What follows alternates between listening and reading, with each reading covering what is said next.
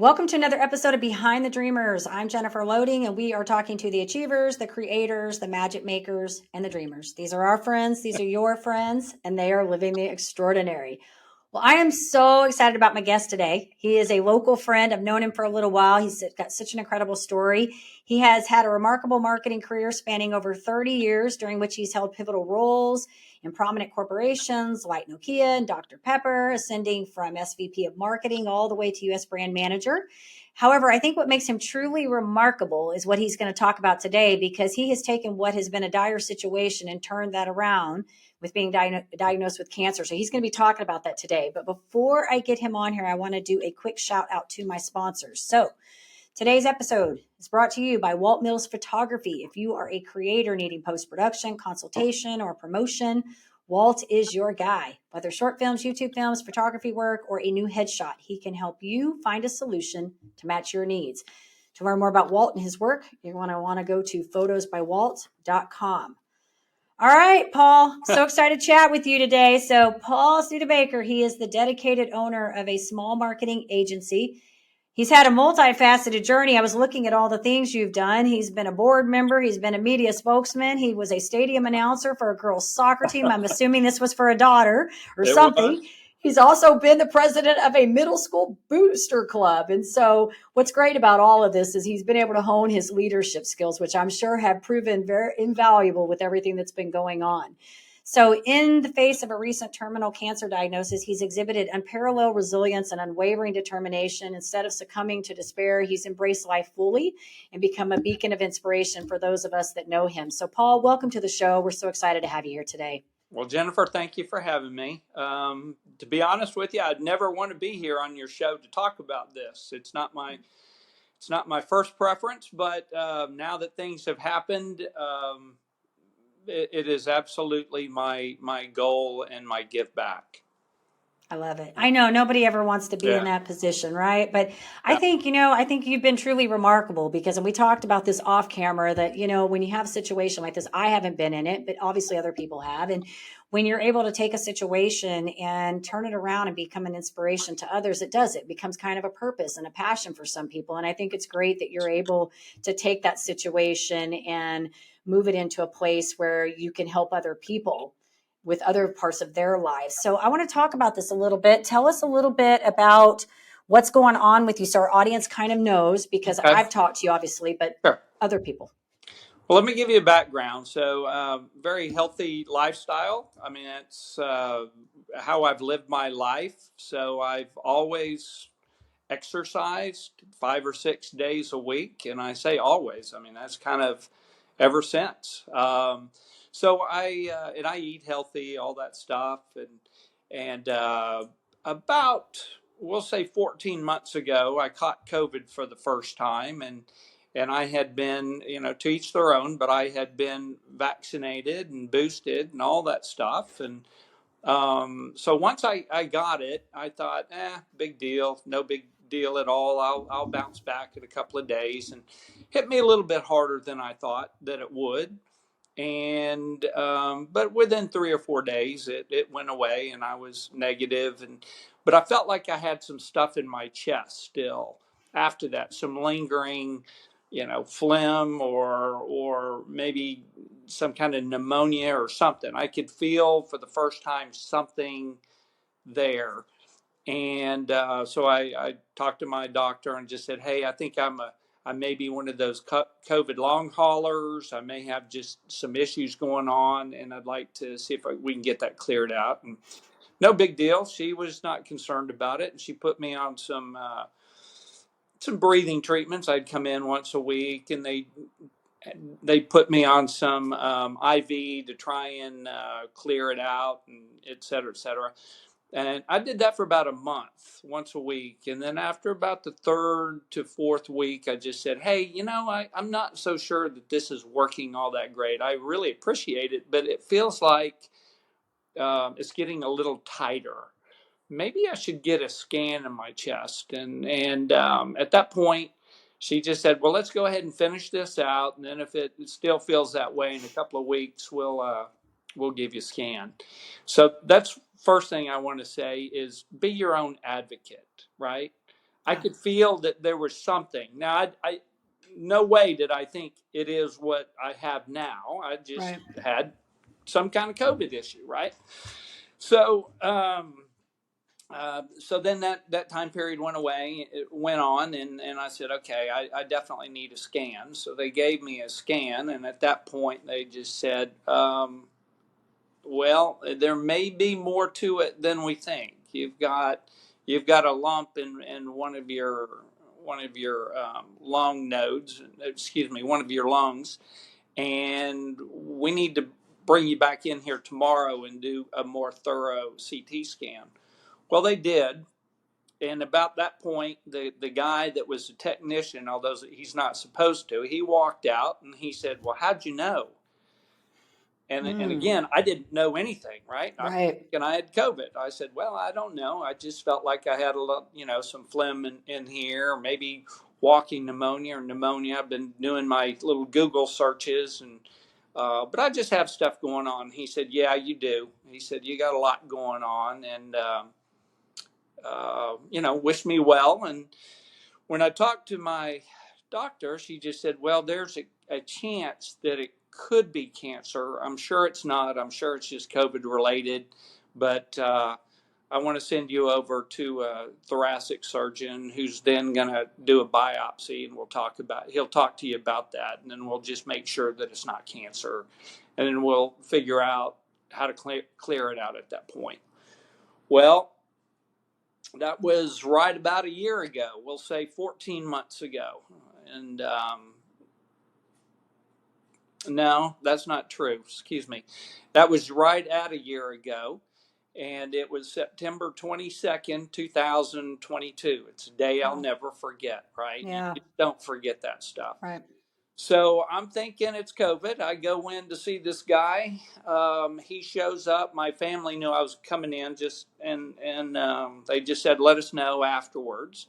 And when I saw him and he walked in, he said, hey, he just said, very direct.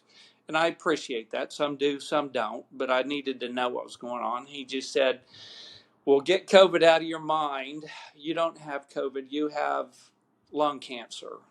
And unfortunately, it's advanced. At that point, what do?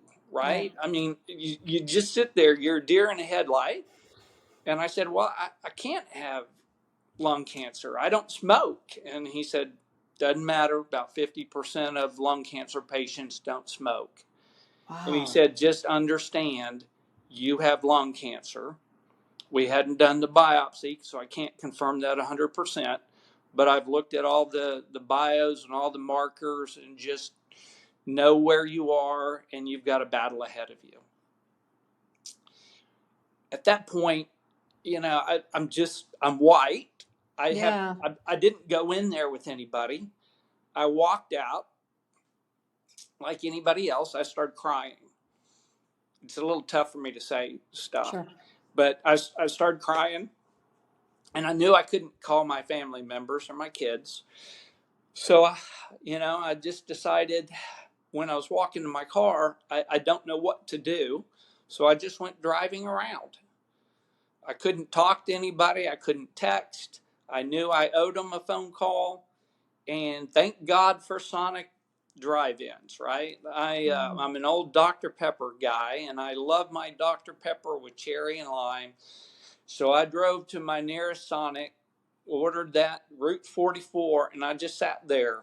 And I sat there for about 45 minutes to an hour, just processing the situation. Yeah. I had a buddy call, and I just said, I can't talk right now. I'll call you back. So he knew. So fast forward, I did text my kids, and I said, hey, I can't talk right now, but I'll call y'all tonight when I'm able to talk.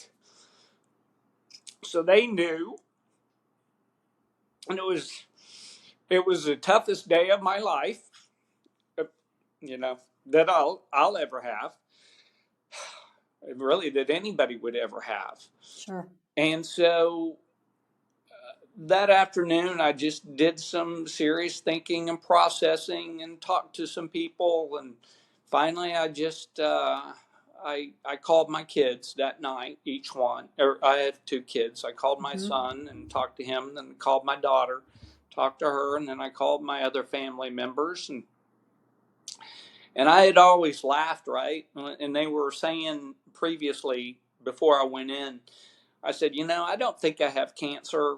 This is COVID. I got a lot of stuff going on in my chest, but y'all know me. I'm always go big or go home. So I kind of made that reference, and I kind of laughed about it when I was talking to my kids and family members. I said, remember last week when I said go big or go home? I said, well, I went big. I've got 36 nodules across both lungs. They're saying that it is cancer, and the chances are it's in other parts of my body. I've got to fight, but I'm going to do my best, and I don't know what's going to happen. Who does? Right. So I had the biopsy about 2 weeks later. They had to go down through my throat and take out some samples and all that stuff. And then I got the best news that I could possibly have. And the best news was that my those samples that they took, they tested against different medicines out there, and my cells reacted favorably to a new medication that they have in the marketplace. It's only been available, FDA approved, since March of 2020. So Okay. we're now 2.5 years out or whatever. So what a great research effort that went into this new drug. So where this all leads me is to today. I simply take, here we are again, over a year later, I simply take a chemo pill every day. I have no side effects. I did for the first week of taking it. They were pretty bad side effects. And then my body adjusted. And then since then, it's like I take an aspirin every morning. I still run. I ran this morning. I ran 3.5 miles this morning. I do that every other day. And in between, I do little arm weights and all that stuff. And I play tennis. I still play tennis. I never stop during any of that. So back to my thoracic surgeon, that one D-Day, and that's what I call it, September 22nd, at the end of that session, when he was so blunt and direct with me, he said, hey, I'm going to leave you with one really good thought. And he said, I've got, this is what I do when I see cancer patients every day. When you walked in the door, I was expecting to see somebody that was frail, that had lost a lot of weight, maybe on a walker, that was really in bad shape, and you walked in and you looked like you were about to run a 10K. He said, I had seen your scans. Now I had seen you, and I could not put the two together. Yeah. You must live a very active, healthy lifestyle. And if I'm going to bet on anybody in my practice to get not necessarily through this, but to be able to handle this, I'm betting on you because of your healthy lifestyle. So think about that in the future when eating and exercising or not exercising. And it has helped me. It has helped me stay who I am. And he said, oh, by the way, if you can continue to exercise at this same pace you've done, it's the best thing for you. Yeah. Now, that being said, I've been running 3.5 miles forever, but at that point, I was not able to run my full 3.5 miles. Well, I did, but I'd have to stop 3 or 4 times to catch my breath. Again, I thought it was just due to COVID, but Right. it wasn't. It was stage 4 lung cancer. I am terminal, so they said it will get you, but we're putting you on this new pill, and the idea is to shrink the cancer and then hold it in place for as long as possible. It will, just like any living organism, it will want to try and mutate and grow back, and it will. So you've got a roller coaster ride for the rest of your life until the roller coaster stops. Wow. How do you deal with that? Again, Yeah. I Yeah. It's a lot. Well, fam, and I think yeah, I think the thing that's so remarkable, Paul, is when you talk about your story, because you're right. You go in thinking you've got something else because really you're healthy, right? Like you're active, you're playing tennis, you're absolutely, running, you're eating right. I mean, if you look at you, you're healthy. You're not. yeah, You're like your doctor's surprised because the diagnosis doesn't match the human coming into the office, right? But I would agree with him when I think about somebody, in that situation that your chances of the quality of life for you has the potential to be better because of the way you're living your life, your outlook, the way yeah, you're doing things continually to get through it, right? Rather than be this is what it is and I'm just going to shrivel up in the corner yeah, and do nothing with myself, right? yeah. I will not do that. Yeah, you don't strike me as that type of person. I probably would be the same way. You don't strike me as that type of a just go down and not, go with a fight to begin with. Well, this is where it changed, right? So I did get on the pill. It has been over a year. The cancer did shrink. Okay. It is being held in place. So I live my life exactly like I did before. However, I've added to it. I'm a Mm, blessed individual. It changed my mindset. You know, the song by Tim McGraw, Live Like You're Dying. You know, I went right. skydiving, Rocky Mountain climbing, rode 2.7 seconds on a bull named Fu Manchu. Well, I am too old for that. I'm 61 years old. I'm not going to ride Fu Manchu. No bull riding for No bull you. riding for me. It'd be kind of interesting, but Yeah. no, I'll pass on that. Not because of cancer, but just because of the Sure. age thing. Sure. That being said, I live my life how I did, but now it's with mindful living. And mindful living to me is waking up every day. Yeah. Without the, I'll go back a little bit. Without this pill, I would have passed away in January or February of this last year. Wow. I was going down very quickly until I took that pill, and remarkable recovery within weeks. I was feeling a difference. Um, but I probably would have passed within 6 months, and that would have put it in January or February. So I'm blessed every day with a new life. And I don't take every day for granted. You know, I don't wake up and say, oh my gosh, it's a whole new day today. I Yeah. expect to be around tomorrow. I expect to be around next week, et cetera, et cetera. However, my life expectancy is unknown. I don't even want to tell you the odds, so I don't. Yeah. I don't focus on it. What I focus on is the future, and taking each day and being knowing that I'm blessed with that that day. I said I don't focus on that, but I do. I mean, I didn't wake up this morning and say, oh gosh, what can I do today to give back? But what I have done is lived my life purposefully in that my relationships are stronger.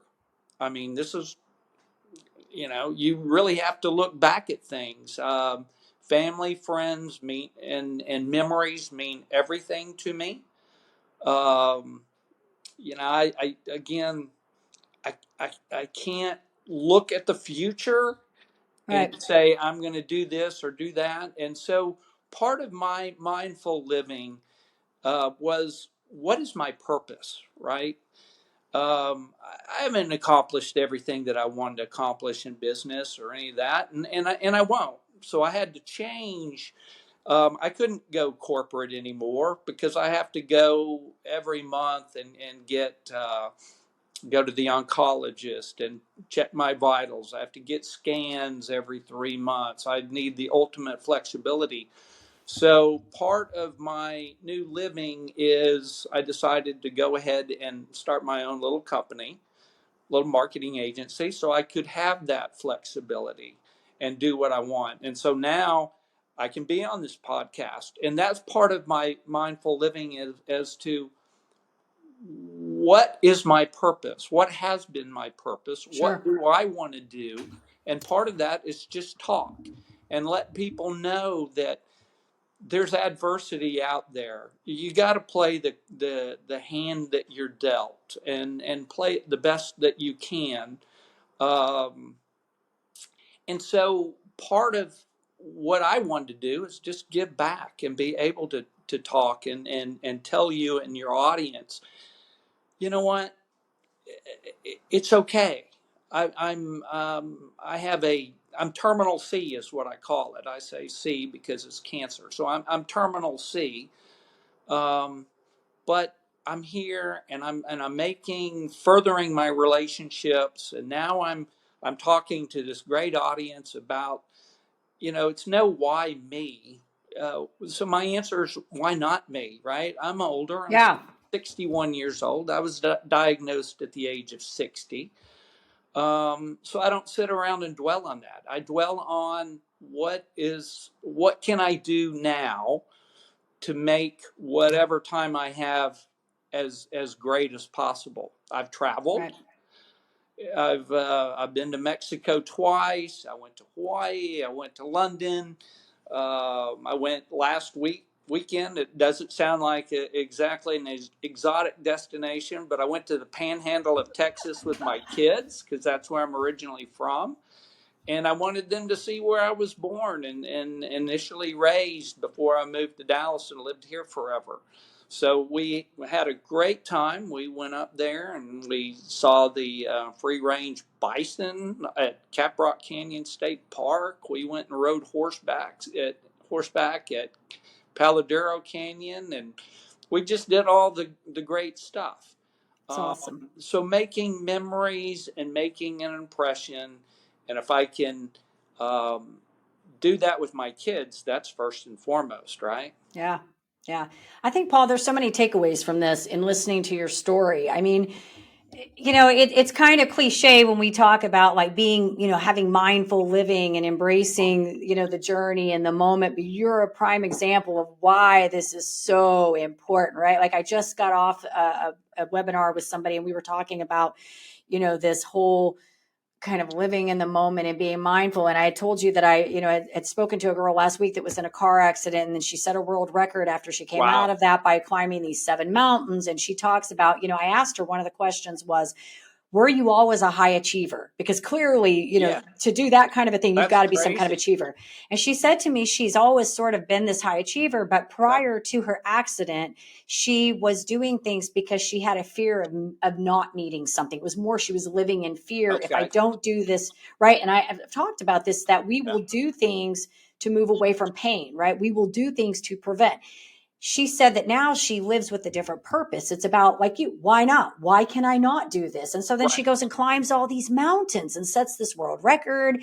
And she has this new lease. She said when she came out of that accident, she sort of had this new lease on life, like this new outlook of, I'm going to embrace the journey of doing these things. And she said there were several peaks mountains she did not peak. And if she had not embrace the journey, she might not have gone back up to climb the mountain, right? Because she would have been Wow. so fixated on that end result. So I think Sure. to your point, there's so many takeaways in this about learning to live in the moment and do the things that, obviously don't do things that are going to harm your health or ruin you financially. But Right. if there's something that you want to do and it's on your list to do and you can make it happen, figure out how to make it happen, right? Like figure out Yeah. how to do it.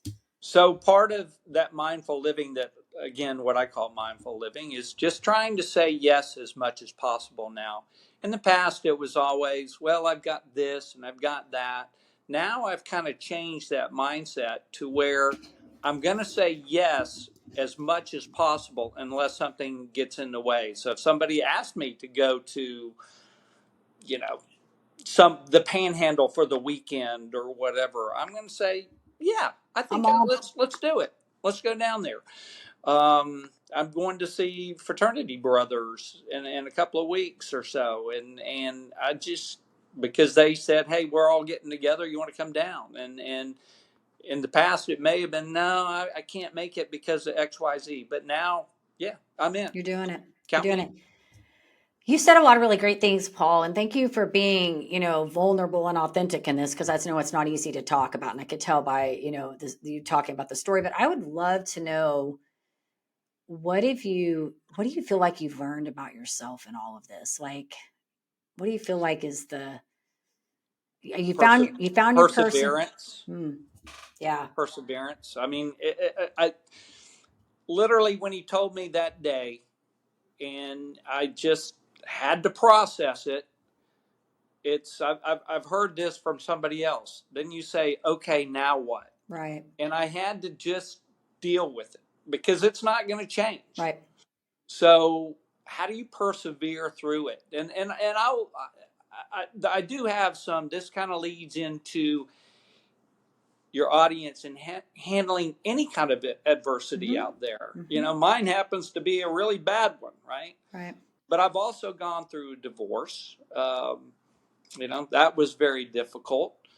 I've gone through job losses in the past. I've gone through, living 61 years now. I've gone through a lot right.